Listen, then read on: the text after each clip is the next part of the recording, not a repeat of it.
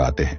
आज की ये कहानी अभिनव के मॉम और डैड के साथ आज से करीबन 38 साल पहले 1936 में घटी थी। ये सर्दी की एक रात की घटना पर आधारित है। अभिनव के डैड एक ऐसे काम से जुड़े हुए थे जिसके कारण उन्हें वीक में एटलीस्ट 2 बार अपने कोलकाता के घर को छोड़ दुर्गापुर जाना पड़ता था। उनकी कंपनी ने उनके लिए दुर्गापुर में एक गेस्ट हाउस फिक्स कर रखा था, जहां उनके लिए एक अलग से कमरा बुक किया जाता था। वो जितनी बार भी दुर्गापुर जाते थे उसी गेस्ट हाउस के उसी कमरे में ठहरते थे, जिसकी खिड़की खोलने पर सामने वाले का दिल दहल जाए। गेस्ट हाउस के उस रूम की खिड़की खोलते ही सामने का नजारा डरावना सा लगता था, क्योंकि उस खिड़की को खोलते ही सामने एक कब्रिस्तान नजर आता था। हालांकि इस बात से अभिनव के डैड को कोई परेशानी नहीं थी, क्योंकि उनका विश्वास भूत प्रेत और आत्माओं से ज्यादा अपने ईश्वर पर था, और दूसरा अपने आत्मविश्वास पर था। और लोग ऐसा कहते हैं कि जिनका आत्मविश्वास और दिल मजबूत होता है, उन्हें भूत प्रेत की बातें या उनकी मौजूदगी कभी सता नहीं सकती। इस गेस्ट हाउस में आज तक अनगिनत हादसे हुए हैं, और तो और इस गेस्ट हाउस का मैनेजर यहां आने वाले हर गेस्ट को शाम के 5 बजे के बाद खिड़की खुली न रखने की वार्निंग भी देता है, जो अभिनव के डैड कभी नहीं मानते थे। उनका इन बातों को नहीं मानने का सबसे बड़ा कारण यह भी था कि उन्होंने कभी भी उस गेस्ट हाउस में कुछ अजीबोगरीब महसूस ही नहीं किया था। लेकिन कभी कभार आधी रात नींद में उन्हें ऐसा लगता था जैसे कोई उनके कान के पास आकर उनका नाम पुकार रहा हो। कई बार उन्होंने उठकर रूम में चारों तरफ नजर दौड़ाई, लेकिन उन्हें वहां कोई नहीं दिखता था। पर एक दिन दुर्गापुर टूरिस्ट लॉज के इस कमरे में ऐसा क्या हुआ था, जिसके बाद अभिनव के डैड लेट राणा चक्रवर्ती ने इस गेस्ट हाउस में आना तो दूर, इसके बारे में सोचना तक छोड़ दिया था। हाँ, लेट राणा चक्रवर्ती और उनके परिवार के साथ आज से करीबन 38 साल पहले 13 जनवरी 1976 की रात ऐसा क्या हुआ था, जिसके कारण उन्होंने दुर्गापुर टूरिस्ट लॉज में जाना तो दूर, उसके बारे में सोचना भी बंद कर दिया था। हर बार की तरह राणा चक्रवर्ती अपने काम के सिलसिले में कोलकाता से दुर्गापुर गए हुए थे, लेकिन इस बार वो अकेले नहीं थे। इस बार उनके साथ उनकी वाइफ मिसेज मीनाक्षी चक्रवर्ती और उनका 3 साल का बेटा अभिनव भी उनके साथ आया था। लॉज में घुसते ही वहां का मैनेजर उन लोगों का स्वागत एक लंबी सी स्माइल के साथ करता है, क्योंकि मिस्टर चक्रवर्ती यहां हमेशा आते रहते थे। इसीलिए उनकी जान पहचान यहां के मैनेजर और सारे के सारे स्टाफ लोगों से बहुत ही अच्छी हो चुकी थी। या यूं कहिए कि वो जब भी आते थे तब सारे लोगों से ऐसे मिलते थे जैसे किसी दोस्त से मिल रहे हो। मैनेजर ने बातों ही बातों में उन्हें सजेस्ट किया कि इस बार मिस्टर चक्रवर्ती किसी और कमरे में ठहरे, ना कि उसमें जिसमें वो हमेशा ठहरते थे। पर मिस्टर चक्रवर्ती ने मैनेजर की एक नहीं सुनी और हंसते हुए उन्होंने मैनेजर से कहा कि उन्हें उसी कमरे की चाबी दे दे जिसमें वो हमेशा ठहरते हैं। अजीब सी कश्मकश वाली परिस्थिति में मैनेजर ने वो चाबियां तो मिस्टर चक्रवर्ती को दे दी, लेकिन साथ ही साथ मिसेज मीनाक्षी चक्रवर्ती से छोटी सी गुजारिश भी करी। उसने कहा कि शाम 5 बजे के बाद खिड़की खुली न रखें मैडम, और हो सके तो किसी भी समय खिड़की के सामने खड़े होकर अपने बाल ना बनाएं। ये चेतावनी मैनेजर हर गेस्ट को देता था, लेकिन आज उसे एक अजीब सा डर लग रहा था, क्योंकि पहली बार मिस्टर चक्रवर्ती अपने परिवार के साथ यहां आए थे और वो नहीं चाहता था कि उनके साथ कोई दुर्घटना घटे।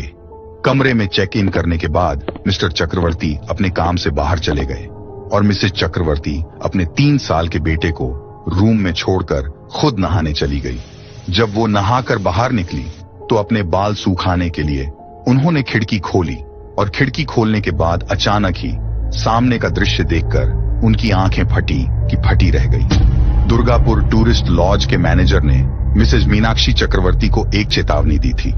उसने कहा था कि शाम के 5 बजे के बाद कमरे की खिड़की खुली ना छोड़ें और किसी भी हालत में खुले बालों के साथ उस खिड़की के सामने न खड़े हो। मिसेज मीनाक्षी ने मैनेजर की इन बातों को कोई महत्व नहीं दिया और नहाकर आने के बाद अपने बाल सूखाने के लिए खिड़की का दरवाजा खोल ही लिया। खिड़की खोलने के साथ ही जिस बात से वो अनजान थी वो अब उनके सामने था। जितनी दूर मिसेज चक्रवर्ती की नजर जा रही थी, उन्हें बस कब्र ही कब्र दिखाई दे रही थी। इस दुर्गापुर टूरिस्ट लॉज के पीछे एक कब्रिस्तान था। जिंदगी के बाद की इस सच्चाई को देख मिसेज मीनाक्षी बहुत डर गई थी। उन्होंने तुरंत खिड़की बंद करी और अपने 3 साल के बेटे अभिनव को लेकर और पलंग पर बैठ उस भयावह स्थिति में अपने पति के आने का बेसब्री से इंतजार करने लगी। शाम के करीबन 6 बजे मिस्टर चक्रवर्ती अपने काम से लौटे। उनको देखकर मिसेस चक्रवर्ती की सांसों में सांसें आई।